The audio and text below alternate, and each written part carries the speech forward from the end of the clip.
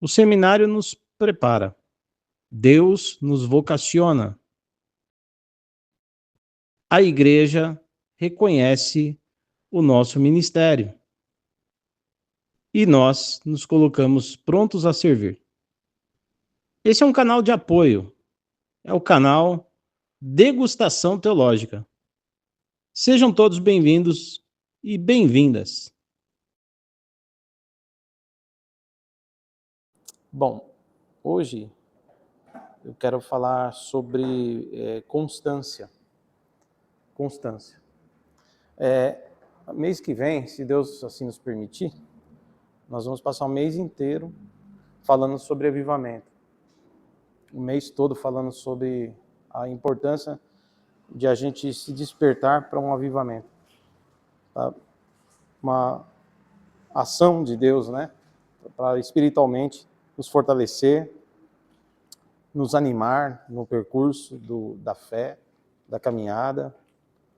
Ô, Dino, obrigado. Valeu. Obrigadão.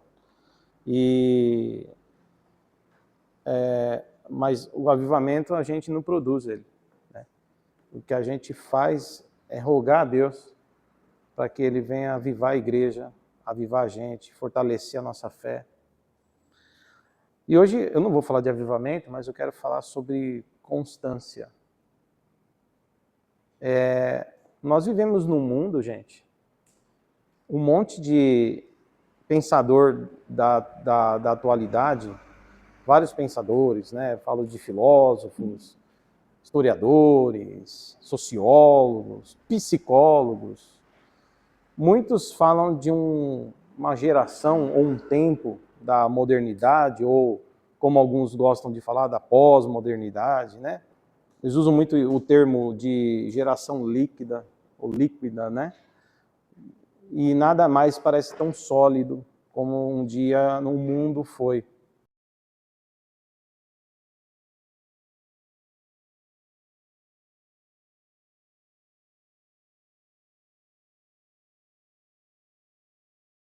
Tudo muda muito rápido, os pensamentos mudam muito rápido, as coisas hoje que são, amanhã já não são. É bem diferente das gerações passadas, onde a gente tinha as coisas que duravam, né? Que duravam, as coisas persistiam, elas resistiam. Lógico que era natural, porque a tecnologia ainda não tinha chegado no ponto que chegou, mas isso nos ensina muita coisa. Né? Quando uma pessoa era muito caro, mas quando comprava uma geladeira, normalmente você tinha certeza que aquela geladeira iria durar uma geração. Às vezes, a família ficava, quando o pai morria, a geladeira ainda era usada pela filha, e se marcar, a geladeira ainda durava, era usada até pelo neto. Tem gente que chegava assim e falava, olha, tá vendo essa geladeira aqui? De tão durável que era, né? Essa geladeira pertenceu ao meu avô e ainda funciona, né? Eu não estou com ele mais, nem sei se eu estou mais com o espremedor de laranja, Gi, da minha mãe, tá, né? A minha mãe ganhou de casamento um espremedor de laranja da Arno, modelo antigão, parece aqueles filmes, né, dos anos 70 mesmo. E aí quando coloca lá a laranja, até hoje funciona, ela me deu. Gente, eu tenho, mas daqui a pouco eu vou estar com 50 anos e o espremedor de laranja está funcionando. Quer dizer, isso no presente de casamento da minha mãe. Coisas que duravam, né? Hoje, às vezes, a gente compra um aparelho, tem aparelho que ainda é bom, dura bastante, mas a maioria você compra, ele tem, já parece que já vem com tempo de uso, né? Parece que já vem assim, programado para ter um tempo de uso. E às vezes a gente toma cuidado, eu tenho que tomar cuidado com as palavras, porque ao mesmo tempo, nós vivemos numa geração onde também elas não estão prontas, às vezes, para ouvir a verdade. Nós vivemos uma geração onde, tipo assim, se falar algo que me ofende, assim, tudo ofende, né? Se você falar uma verdade, aquela verdade, às vezes por ela ser um pouco, talvez dura, a pessoa ela pode se quebrar toda. Nós vemos, por isso que não é à toa que surgiu o nome geração mimimi. né? Não é à toa que surgiu o nome, esses nomes não são à toa. Geração mimimi, geração Nutella ao invés de raiz, isso não é à toa. Isso é fruto, é o resultado do que nós vemos. Pessoas intocáveis, pessoas que você tem que relativizar tudo. E um dos desafios pastorais nesse século é você manter-se fiel e falar a verdade nua e crua, doa quem doer, custe o que custar. E eu olho muito para essa coisa de falar a verdade quando Jesus não tinha medo de falar a verdade. Quando chegaram diante dele, o rapaz rico, né, e falou assim: "Ô mestre, eu quero te seguir", né, tal. Os irmãos conhecem bem essa história. "Mestre, eu quero te seguir. O que eu faço?" Aí Jesus falou: "Olha, você vai lá, cumpre a lei, faz tudo que é certinho conforme a lei e tal. Você está no bom caminho." O moço falou: "Não, legal, eu já faço. E o que mais?" Daí ele falou: "Então, você pega os seus bens aí, vende tudo, dá aos pobres e me segue." E o menino fica chateado, não segue Jesus, porque ele não queria abrir mão da sua riqueza, porque para ele era muito importante. E ali Jesus mostra algo real. Tem muita gente que desde aquela época já existia, mas que hoje existe, acho que muito mais, que Jesus é o segundo plano. O primeiro plano daquele moço era a riqueza, Jesus era o segundo plano. Tá entendendo? Tipo assim, não fico com Jesus a qualquer custo. Não dava para dizer Jesus é tudo para mim. Se pôr à prova, fica provado que não é tudo. E hoje não é diferente. As pessoas podem até comprar camisetas, colocarem Jesus é tudo para mim, Jesus e eu somos assim, né? Mas se colocar a prova, meu irmão, e eu peço a Deus misericórdia para que eu também não me veja nessa situação de ser reprovado, de realmente você falar: "Pô, Jesus é tudo mesmo?" Ou é só um slogan? Ou é só um jargão, uma palavra de efeito? Está entendendo? O que é que eu sou? Quem eu sou realmente como cristão? E eu quero, através dessa reflexão de hoje, eu vou deixar gravado no YouTube, é uma das mensagens difíceis de pregar. Porque Jesus, ele várias vezes falou, como eu disse agora, a verdade. E aquele moço foi embora, ele não andou com Jesus. Era muito verdadeiro demais para ele. Quando Jesus traz a verdade, nem todos suportam. E quando nós, como cristãos, também temos que ser honestos na nossa fala, nem todos suportam. João capítulo 6, a gente vê acontecer muito parecido, quando Jesus está falando lá, ele multiplica os pães, né? Ele multiplica a comida, o povo vai, come um montão, fica todo mundo feliz e continua seguindo o mestre. Mas quando Jesus chega e fala: "Olha, eu sou o pão que desceu do céu, vocês precisam comer da minha carne e beber do meu sangue para ter parte comigo." Eles entenderam no literal, é lógico, eles não entenderam que Jesus falava de uma forma, em sentido figurado, né, de forma metafórica, mas se referindo a ele como o doador da vida, o sustentador, o que alimenta verdadeiramente a alma de alguém. Eles não compreenderam, não só não compreenderam, como nem quiseram uma explicação. Nem quiseram uma explicação. Não, o que o senhor quer dizer com isso? Falaram assim, o texto diz assim, duro é esse discurso. Os homens começaram a falar: "Cara, é duro demais esse discurso. É duro demais esse discurso. O pastor David prega duro demais, é duro demais esse discurso." E diz o texto, daquele minuto em diante, já não andavam mais com ele. Já não andavam mais com ele. Os caras começaram a deixar Jesus.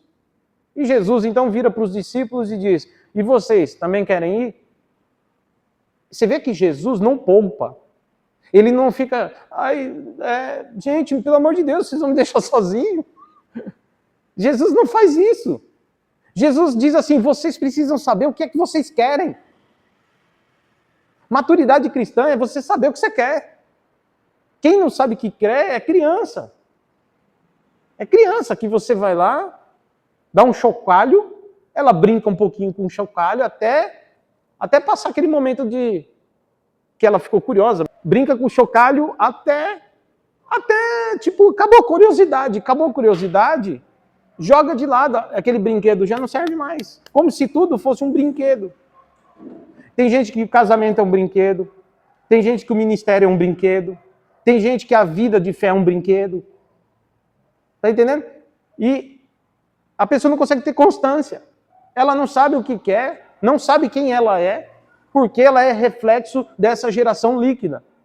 Que nada é sólido, nada permanece, como se saísse pelas mãos. Irmãos e irmãs, a gente conheceu gente que era para ser um sucesso no ministério. E não se tornou, não conseguiu, porque é inconstante. Porque é daquele tipo que não amadureceu. E aí que entra a parte do discurso. Quando a gente fala essa realidade, o que você espera de uma pessoa madura é o quê? Meu Deus, eu vou me conscientizar. Ela se olhar no espelho, ou então refletir sobre o que ouviu, pensar e ver, será que eu sou assim? Meu Deus, aí qual que é o primeiro passo para a maturidade? Mudar. Não mudar de igreja, não mudar de amizade, não mudar de casamento, não mudar disso, daquilo, mas tentar pensar assim, se é em mim a situação, eu preciso me corrigir. Eu preciso alcançar um grau de maturidade, eu preciso. Mas nem todos conseguem. O jovem rico, por exemplo, ele não tinha certeza se Jesus era para ele de fato tudo. Tanto que ele preferiu ficar com a riqueza do que andar com Jesus. Está entendendo? Aqueles discípulos também que não entenderam, João capítulo 6, que Jesus falava que tinha que comer da carne dele de forma figurada, porém real, porque pensando no lado espiritual aquilo é fato, espiritualmente é verdadeiro, certo? Mas eles nem sequer tentaram entender, vamos ficar aqui com o mestre. Vamos ficar aqui com o mestre, vamos tentar entender o que ele quer dizer com isso. Não, para mim deu, esse discurso não serve, tô indo, fui, tchau, hasta la vista, Jesus, né? Acabou para você, acabou para nós, bora. E Jesus chega e fala, a galera foi, falou para os 12, vocês querem também? Se quiser, vai embora. Jesus não suaviza, por quê? Porque quando Jesus quer contar, irmãos, com alguém para fazer a obra dele, ele precisa ter certeza de quem ele está chamando. Está entendendo? Ele precisa ter certeza de com quem ele está contando. Então Jesus, ali estou falando de Jesus como homem, Jesus em sua natureza humana, plenamente Deus, plenamente homem, Jesus é Deus, mas Jesus é homem, certo? Na união hipostática, como a gente chama na teologia, a união da parte física com a parte espiritual, que Jesus, lógico, é Deus. Mas ali, naquele momento, ele como homem, ele estava mostrando aos discípulos que ele era o modelo perfeito, que ia até o final. Que sabia o que estava fazendo, ainda que custasse o peso de cruz. Entendeu? Ainda e ele sabia disso, porque ele veio para morrer por nós mesmos, mas veja, ele sabia o que estava fazendo, Jesus sabia o que estava falando, sabia para onde estava indo. E é assim que ele quer formar em nós um caráter cristão, meus irmãos. Nós estamos vivendo uma sociedade tão bagunçada, mas tão bagunçada, que alguém pode estar vivendo, por exemplo, pode estar vivendo em negócios que são ilícitos, seja ele de qual natureza for, certo? E ainda assim conseguir fazer um culto de consciência limpa, adorando a Deus e postar versículos na sua rede social. Gente vivendo tudo torto, sem testemunho nenhum de cristão, e ainda assim postando lá coisas assim como se tivesse tudo certo. O que é isso? É uma desconstrução da verdadeira fé cristã. É algo que já perdeu a solidez, a firmeza da palavra. Já não tem mais a firmeza da palavra. Já se crê em outra coisa. E isso fora aqueles que não suportam viver com Cristo.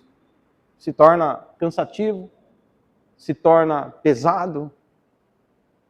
E aqui eu não vou julgar, porque todos nós somos seres humanos e podemos tropeçar. Eu posso tropeçar, os irmãos aqui, qualquer um pode falhar. E também não estou falando de perfeição, porque nós somos anjos. Carecemos do Salvador, carecemos das misericórdias do Senhor. Mas a gente precisa ter assim um estalo para dizer assim, eu preciso caminhar para uma maturidade. Porque é para isso que Jesus me chamou. Amém, irmãos? Tudo isso é uma introdução. Mas eu quero aqui refletir, aqui com os irmãos, em textos, acho que vai aparecer ali na tela. Eu leio aqui, vocês leem ali, né? Ou quem conseguir ler ali, o Mateus, no caso. Olha só o que diz, primeira carta de Paulo aos Coríntios, no capítulo 15, versículo 58. Portanto, amados irmãos, sede firmes e constantes, sempre abundantes na obra do Senhor, sabendo que o vosso trabalho não é vão no Senhor. Olhando nesse ponto, nesse versículo aqui, não fazendo um estudo exaustivo do capítulo 15, mas observando nessa fala de Paulo, ele é uma palavra de encorajamento. É uma palavra de encorajamento. É igual hoje, essa palavra não é só uma palavra de confrontação para nós, mas é uma palavra também de encorajamento para nós, ou para quem quer que seja que vá ouvir em algum momento isso aqui. Imagina que aqui o apóstolo Paulo está dizendo, irmãos amados, sejam firmes e constantes, abundantes na obra do Senhor. Irmãos, eu fico pensando que isso aqui não é à toa que Paulo está colocando aqui. Paulo vivia no século I, uma igreja cheia de influência pagã, porque escreve aos Coríntios, o paganismo, né, os deuses gregos, a cultura grega, a filosofia grega, não é muito diferente de hoje nesse aspecto. Então, imagina que a gente vai para a faculdade e a gente é bombardeado com informações que não tem nada a ver com a nossa fé. Nada a ver. E, infelizmente, alguns se curvam a essas informações, deixando a essência da verdade da palavra por algo que o mundo está dizendo hoje, que é o que o mundo diz hoje, não vai dizer amanhã. Não vai. Estudando história, por exemplo, cada século tem a sua versão.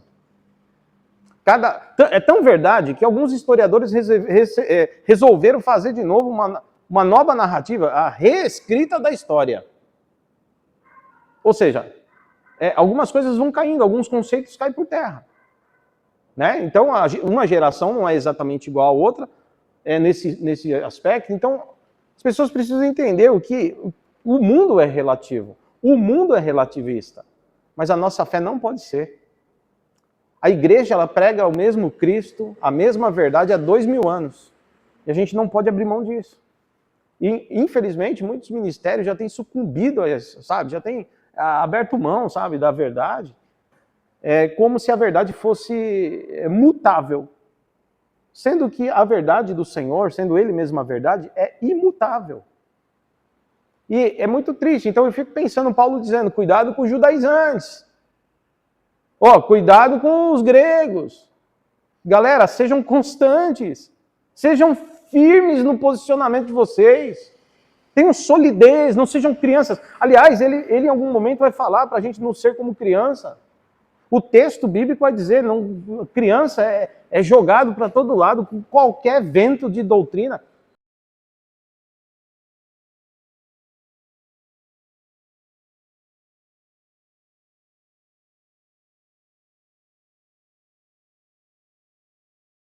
Tá entendendo por quê? Porque um homem firme adulto, é difícil a onda, né?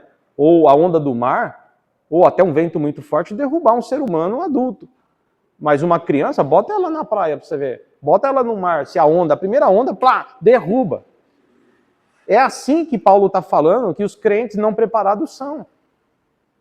Bateu uma onda para a esquerda, vamos para a esquerda. Não tem sustentação. Bateu uma onda para a direita, vamos para a direita. Não tem solidez, porque não amadureceu, não ganhou a vida adulta do cristianismo, ou que o cristianismo ensina. E isso é muito importante para nós.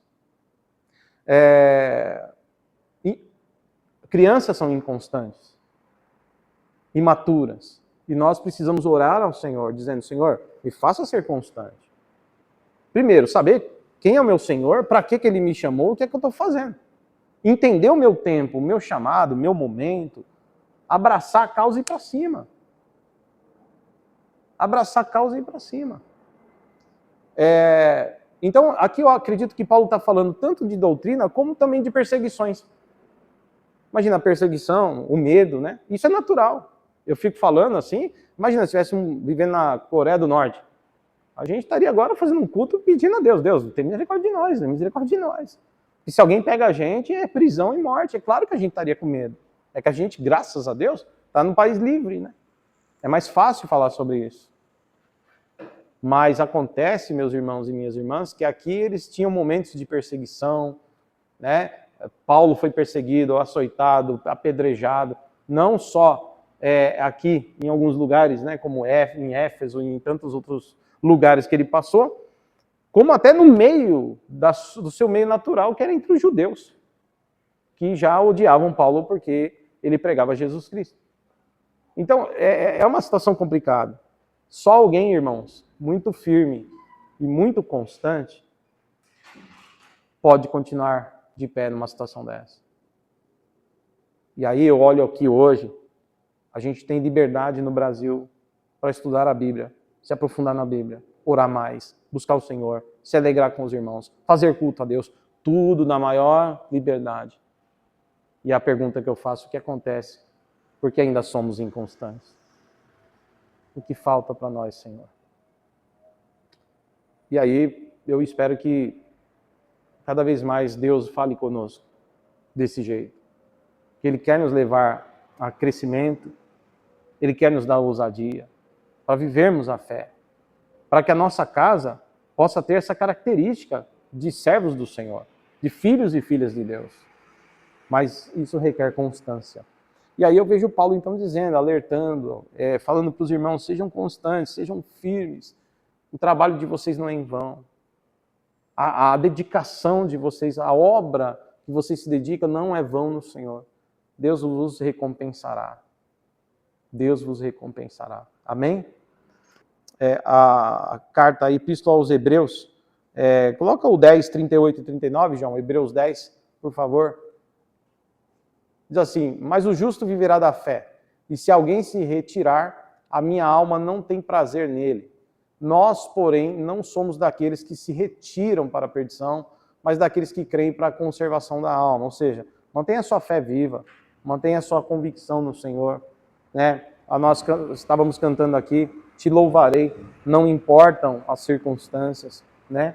E, puxa vida, a gente já viu pessoas desanimarem porque as coisas não correm bem, porque algo não deu certo, o Dino comentou aqui agora há pouco, né? Porque algo não deu certo, porque algo saiu do lugar, né? Puxa vida, mas Jesus é tudo, isso não é só um slogan, não é só um jargão na minha boca, não pode ser, não é só uma frase de impacto. Quando eu abro a boca e digo Jesus é tudo, é porque Jesus é tudo mesmo, amém? É porque Ele é de verdade tudo.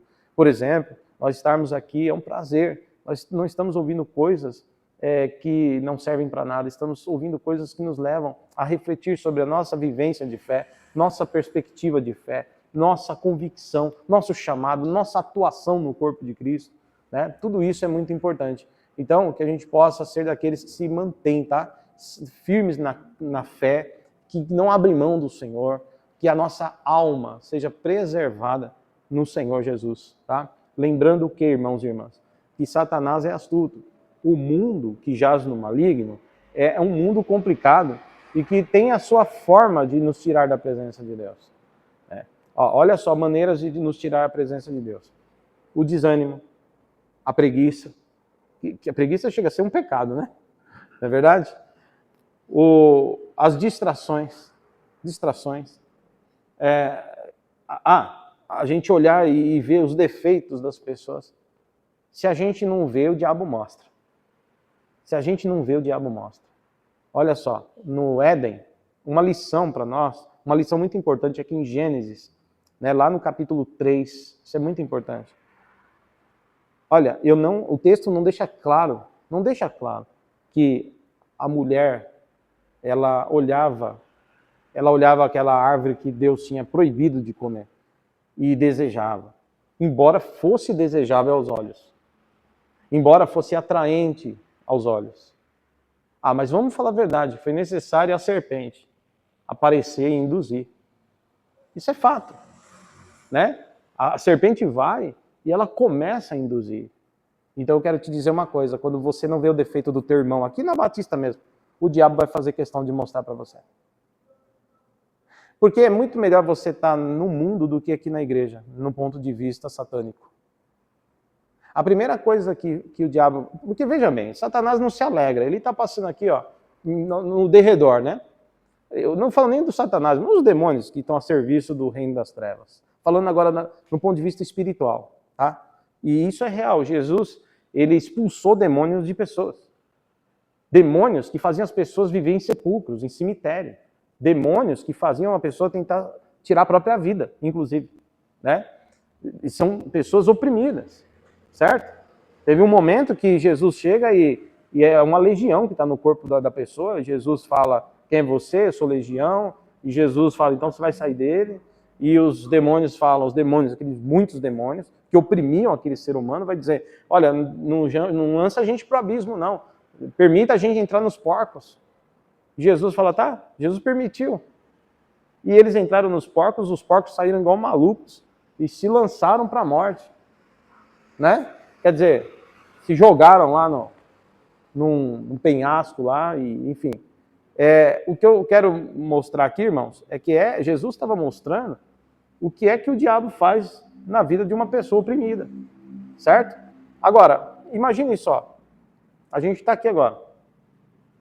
Eu estou aqui porque Deus me tirou de algum lugar, irmão. Entende? Eu era trevas, Ele me trouxe para o reino de luz. Eu era cego, Ele abriu meus olhos. Eu era perdido, o Senhor me achou. Essa é a realidade. Ninguém está aqui porque achou interessante. Está aqui porque fomos tocados pelo Senhor. Amém? Salvos, chamados para a salvação. Então estar aqui, por exemplo, não é qualquer coisa. Não é qualquer coisa. Satanás, nesse momento, ou enviando seus mensageiros, ele pode estar passando ao derredor. Se ele passar por um bar ali agora, onde homens estão ali bebendo, ele está dizendo, aqui é tudo meu. Tudo aqui é meu. Aqui daqui a pouco vai sair briga, eu estou nisso. Daqui a pouco aqui vai sair mentira, chega em casa, vai bater na esposa. Daqui a pouco ele vai ser humilhado ali porque ele vai ser roubado. Outro ali, ó, não está aguentando beber, não está aguentando mais beber. Daqui a pouco ele vai cair, vai dormir na sarjeta ali e ainda vai acordar todo sujo de fezes, Ele vai falar, ele vai olhar agora, gente em motel traindo o esposo, esposa traindo o marido, falar, isso aqui é meu. Ele vai encontrar pessoas em casa que não estão fazendo isso, não estão bebendo, não estão nada, mas estão em casa, sei lá, longe do pensamento em Deus, mas longe. Pessoas que não têm a nossa fé, que não praticam a nossa fé, que não têm Jesus. Entende? Irmãos, mas qual é o sentimento que você acha que nós causamos no inimigo quando ele passa aqui nessa avenida e vê a gente aqui reunido para falar alguma coisa sobre Deus? Entende o que eu quero dizer? Estarmos aqui é resultado de que Deus fez na nossa vida. Ele nos tirou de algum lugar. Por isso nós estamos aqui. Amém? Não quer dizer que o dia que eu não estou em casa eu não sou de Deus, não é isso. Mas o compromisso, nós marcamos um encontro. E nós perseveramos nisso. E adoramos a Deus. Amém? Para finalizar, a gente vai ver 2 textos aqui que falam do primeiro amor. Apocalipse, João, capítulo 2, versículos 4 e 5. Tenho, porém, contra ti que deixaste o teu primeiro amor. Né? Lembra-te, pois, de onde caíste e arrependa-te e pratica as primeiras obras. Quando não, brevemente a ti virei e tirarei do seu lugar o teu castiçal, se não te arrependeres. Olha só, primeiro amor, primeiras obras, né? Prática do amor a Deus, a entrega a Deus, o amor incondicional à vontade de Deus, o amor ao próximo. Tudo que envolve isso, que agrada a Deus, muitos se esfriaram nisso. E aquele amor por Deus já não é mais o mesmo, não é autêntico. E é interessante porque isso é inconstância, irmãos. Se o meu amor já não é mais como era, ele se tornou inconstante. Ele perdeu sua firmeza. E eu acredito que o texto aponta para isso. Mantenha-se firme, mantenha-se constante. E por fim, o que Pedro diz em 2 Pedro, João, capítulo 2, versículos 22. Diz assim: deste modo, sobreveio-lhes o que por um verdadeiro provérbio se diz. Esse provérbio é provérbio 26 da nossa Bíblia, tá? Daqui a pouco eu falo para o João colocar. Deste modo, sobreveio-lhes o que por um verdadeiro provérbio se diz.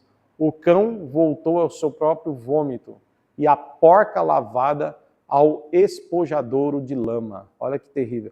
Coloca lá, João, só para confirmar o texto, Provérbios 26, 11. Pedro está falando desse Provérbios, tá? 26, 11 de Provérbios, Antigo Testamento. Como o cão torna o seu vômito, assim o tolo repete a sua estultícia, a sua tolice. Ou seja, Deus nos tirou de um lugar. Está entendendo? Deus nos colocou diante dele, colocou algo em nossa mão, colocou algo para nós. Isso reflete na nossa vida aqui, fora daqui, na nossa casa. E a gente não pode abrir mão disso. A palavra dessa quinta-feira é: seja constante, seja firme. Ministério não é para empolgado, vida cristã não é para empolgado. Uma vez a gente começou aqui a IBF, nas primeiras pregações nós falamos a diferença entre empolgação e convicção. A empolgação, você pode falar, eu estava empolgado, mas vi que não era isso. A convicção, você vai até o fim, porque você é convicto daquilo. E eu acredito que o Senhor, ele, não só ele mesmo, era convicto do que ele veio fazer, sendo ele o Salvador do mundo, e foi fiel até a morte de cruz, como Paulo diz, né? Aos Filipenses ele fala isso bem claro. Mas ele chama os seus discípulos para ter essa mesma convicção de que nós temos uma responsabilidade no reino de Deus, enquanto família, enquanto obreiros, enquanto discípulos, para que o nome do Senhor seja engrandecido. Mas isso só é possível com a nossa constância. Insista em ler a palavra, insista em orar, insista em estar nos cultos, insista em fazer parte de alguma coisa na igreja. Persevere nestas coisas, porque Deus nos tirou de algum lugar. E agora nós ocupamos um lugar melhor do que antes, aleluia.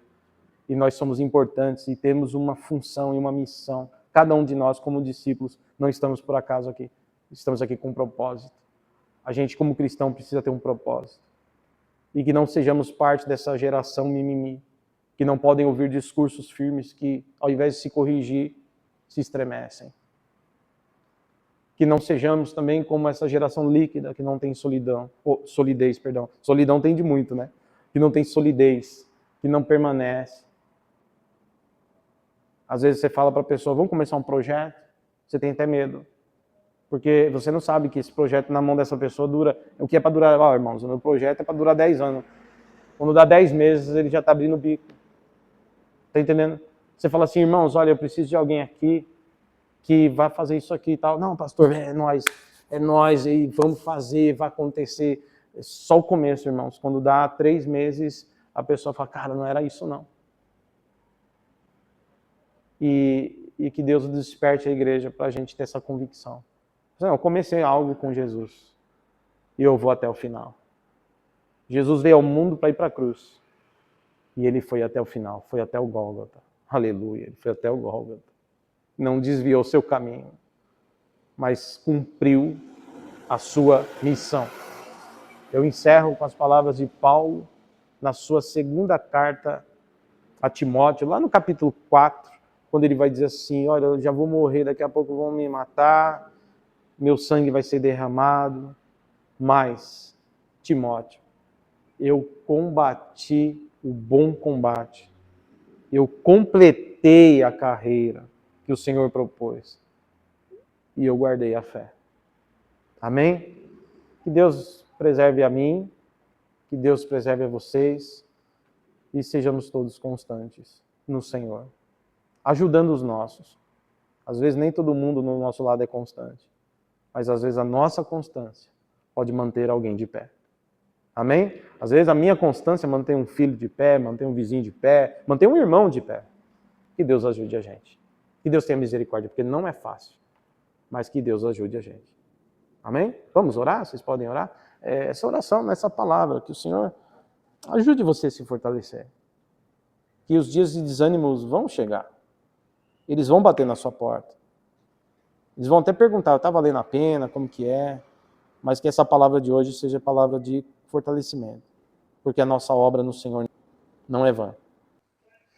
Olá, meu amigo, minha amiga, eu sou Davi Domenicali, sou pastor aqui da Igreja Batista Fraternidade e quero convidá-los para estar conosco nos nossos cultos que acontecem todos os domingos às 9h30 da manhã e às quintas-feiras às 8 da noite. Além disso, temos também reunião de oração, temos ainda outros encontros que você pode ir conhecendo à medida que você vem frequentando. Olha só, estamos prontos a receber você e sua família. E você é nosso convidado. Estamos na Avenida Pauliceia, número 1200, aqui na sobreloja, parte superior do prédio. Ficamos aqui no bairro das Laranjeiras, cidade de Caieiras, São Paulo. Deus abençoe vocês. Quero te ver, tá?